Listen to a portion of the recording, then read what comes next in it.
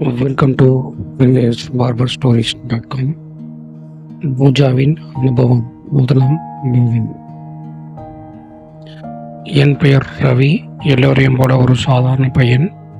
ஆனால் எனக்குள்ளே இருக்கும் ஒரே பிரச்சனை என்னவென்றால், குட்டையான முடியுடன் அல்லது முட்டை அடித்த தலையுடன் பார்க்கும் எந்த பெண்ணையும் நான் அடிக்கடி பார்க்க விரும்புவதுதான். அது என்னவென்று எனக்கு தெரியவில்லை. அந்த உணர்வு எனக்குள் எப்படி வந்தது என்று கூட எனக்கு நினைவில் இல்லை. கடைசியாக நான் என்ன செய்கிறேனோ அதை அப்படியே செய்ய விரும்பினேன். நான் என் வாழ்க்கையை அதன் போக்கிலேயே தொடர்கிறேன். இந்த கதையில் என் வாழ்க்கையில் நடந்த ஒரு அற்புதமான சம்பவத்தை உங்களுடன் பகிர்ந்து கொள்கிறேன். அன்று காலை எழுந்து என் ரூமுக்கு கீழே இருந்த கடையில் அமர்ந்து பேப்பர் படித்து கொண்டிருந்தேன். நேரம் காலை 10 இருக்கும். இன்றைய இளம் வாலிபர்கள் தாமதமாக எழுவதும் தாமதமாக படுக்கைக்கு செல்வதுமாக உங்களுக்கு தெரியாதில்லை. அதுபோல நானும் அன்று காலை 10 மணிக்குத்தான் எழுந்தேன். கடையில் மும்முரமாக பேப்பர் படித்து கொண்டு இருக்க என் அருகில் திடீரென்று சில்லட் பிளேடு ஒரு பாக்கெட் கொடு என்ற குரல் கேட்டது. உடனே என் கண்கள் குரலை நோக்கி திரும்பியது. ஆண் குரல் என்றால் நான் பார்ப்பவன் இல்லை. நீங்கள் நினைப்பது சரிதான். இது ஒரு பெண்ணின் குரல். நான் அதை நன்றாக கேட்டேன்.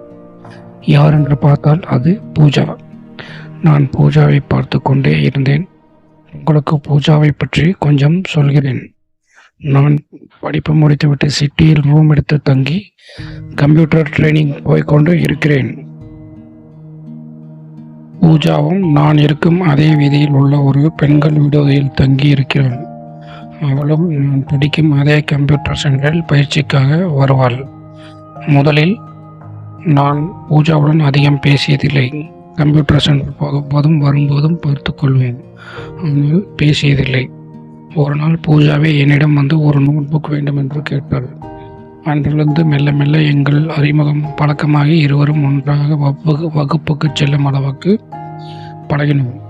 கிளாஸ்பேக் போதும் என்று நினைக்கிறேன். நான் இப்போது நிமிர்ந்து பூஜாவின் முகத்தை பார்த்து ஆச்சரியத்துடன் பார்த்தேன்.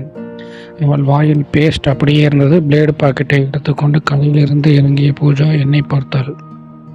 ஏ ரவி, இப்போதான் எழுந்துருச்சியா? இன்னும் மூஞ்சி கூட கழுவலைன்னு நினைக்கிறேன். சேம் பப்பி சேம் என்று என்னை கேலி செய்தாள். இன்னைக்கு ஞாயிற்றுக்கிழமை என்பதால் மெதுவாக எழுந்தேன். அதுவும் நாளை ஒரு திருவிழா. அதனால் என் ரூம்மேட் எல்லாரும் ஊருக்கு போய்கிறாங்க. நான் மட்டும் அறையில் இருக்கிறேன் என்று சின்சியராக விளக்க, அதே தாண்டா அங்கேயும். எங்கள் ரூமில் ஒருத்தி தான் இருக்கேன். சரி, நாளைக்கு என்ன பிளான் என்று கேட்டாள். இன்னும் எதையும் யோசிக்கவில்லை. நாளைக்கு என்ன நடக்கிறது என்று பார்க்கலாம். சரி, நீ ஒரு பாக்கெட் பிளேட்களை மொத்தமாக வாங்கிட்டு பாரு. யாருக்காவது சேவிங் பண்ண போறியா என்று கேலியாக சொன்னேன். உடனே பூஜா, ரவி உனக்கு எப்படி தெரியும் என்றாள். உடனே பூஜா அதிர்ந்து போனாள். என்ன என்று நான் அவளை ஆச்சரியத்துடன் கேட்டேன். அதாவது பிளேடு எனக்கு இல்லை, எங்கள் ஹாஸ்டலுக்கு கீழே ஒரு பார்லர் உள்ளது. அவங்க கேட்டாங்கன்னு வாங்கிட்டு போக வந்தேன் என்று பூஜா சொன்னாள். அப்படியா? நான் கூட நீ சேவிங் பண்ணுறதா நினைச்சேன் என்று நான் சொல்ல, பூஜா என்னை பார்த்து கண் சிமிட்டி பார்த்தாள். குறும்பாக ஒரு பார்வையை பார்த்து வெட்கத்துடன் யோசித்தாள். நான் ஏன் சேவ் செய்ய வேண்டும்? இதில் வெக்கப்பட என்ன இருக்கு பூஜா? முடிதானே, முட்டை அடித்தால் வளரும் என்று நானும் பேச்சை வளர்க்க, அது இப்படி உடனடியாக வளரும்னு சொல்கிறேன். என் பின்னால் இவ்வளோ நீளமாக வளர குறைஞ்சது ஒரு 3 வருஷம் ஆகும் தெரியுமா என்று பின்னால் தொங்கிய பின்னலை எடுத்து வலது மார்பில் போட்டு எனக்கு காட்டினாள். அப்படி இல்லை பூஜா, உனக்கு மொட்டையை அடிப்பதன் பயன்கள் தெரியாது என்று நான் சொன்னேன். பூஜா ஒன்றும் சொல்லவில்லை. நான் போகிறேன், இந்த பிளேடு கொண்டு போய் கொடுக்கணும், அங்கே இதுக்காக காத்திருக்காங்க, லேட் ஆகிவிடும் என்று கிளம்பி சென்றாள். உடனே நான் வேறு ஒன்று சொல்லி நினைத்து, சரி பூஜா நீ போ என்று மாற்றி என் வார்த்தையை மாற்றிக்கொண்டேன். நான் ஏற்கனவே பூஜா பிளேடு வாங்கியதன் காரணமாக உச்சத்தில் இருந்தேன். உடனே என் பாத்ரூம் சென்று ஜூஸ் பிழிந்தேன். இல்லை என்றால் அந்த எண்ணம் இன்று முழுவதும் என் மனதை விட்டு நீங்காது. இது பற்றி மேலும் பூஜாவிடம் பேச ஆசையாக இருந்தது. ஆனால் என்ன செய்வது என்று தெரியவில்லை. அந்த எண்ணங்களோடு படுக்கையில் உறங்கினேன். சற்றென்று என் போன் சிணுங்கியது. கண்ணை திறக்காமல் போனில் காதில் வைத்து ஹலோ என்றேன். அங்கிருந்து இனிமையான குரல், ஹலோ ரவி, என்ன தூங்குறியா?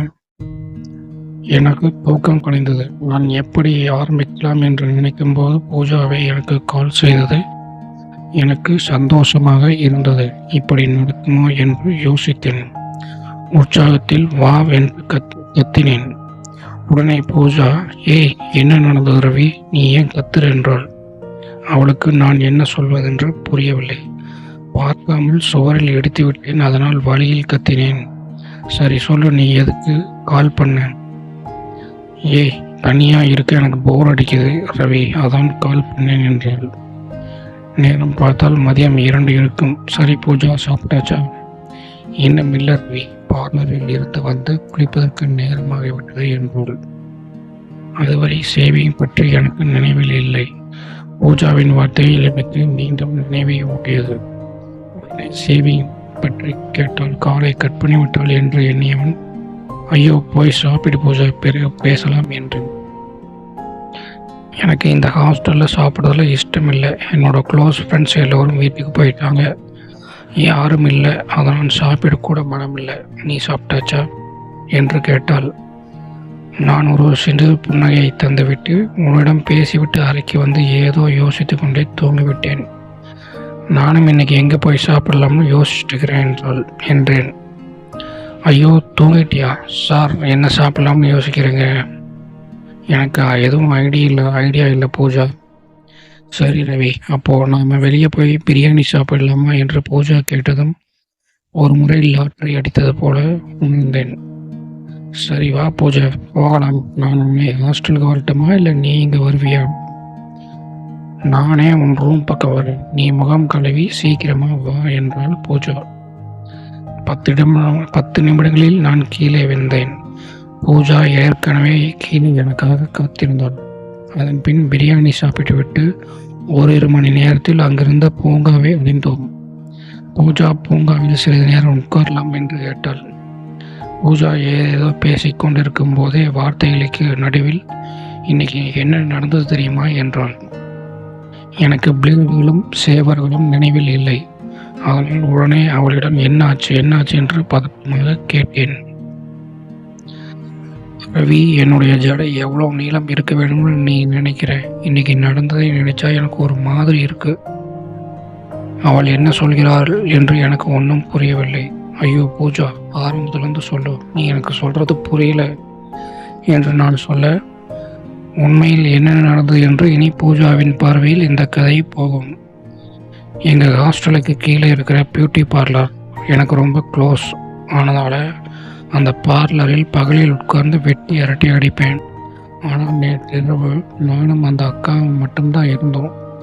விடுமுறை என்பதால் யாரும் வரவில்லை. நைட் 8 மணி ஆனதும் பார்லர் க்ளோஸ் பண்ணலாம்னு அக்கா சொல்ல நான் அவங்களுக்கு ஹெல்ப் பண்ணேன். அப்போது 2 பெண்கள் ஸ்கூட்டியில் வந்தாங்க. பார்லர் க்ளோசிங் டைம் ஆச்சு, என்ன பண்ணணும் என்று அந்த அக்கா கேட்டாங்க. ஒரு பொண்ணு சொன்னா, நீங்கள் இவளுக்கு முட்டை அடிக்க முடியுமா என்று பார்லர் அக்காவும் என்று அந்த பெண் கேட்க, பார்லர் அக்காவும் முட்டைதான் அடிக்கலாம், உள்பாதங்களை சேவ் செய்யும், பின் கழுத்தை சேவ் செய்யும் என்று சொன்னாள். அந்த பெண்ணின் அருகில் இருந்த பெண் சிரித்து கொண்டே, நான் என் தலையை மொட்டை அடிக்கிறேன் என்று பதிலளித்தாள். அந்த பெண் தலையில் முக்காடு போட்டு இருப்பதால் அவளுக்கு எவ்வளவு முடி இருக்கிறது என்பது எனக்கு தெரியவில்லை. ஓஎஸ் முட்டை அடிக்க சொன்னால் முட்டை அடிப்பேன் என்று அந்த அக்கா பதிலளித்தாள்.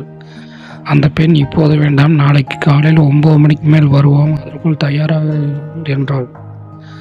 அக்காவும் சரி நிச்சயமா என்று சொல்ல, அவர்கள் இருவரும் நாளைக்கு பார்க்கலாம் என்று சொல்லிவிட்டு கிளம்பினர். இந்த இடத்தில் இந்த கதை முடிகிறது. அடுத்த கதை விரைவில் வரும். அதுவரை நண்பர்கள் என்னுடைய வில்லேஜ் பார்பர் சேனலை சப்ஸ்கிரைப் செய்து கொள்ளுங்கள். நன்றி.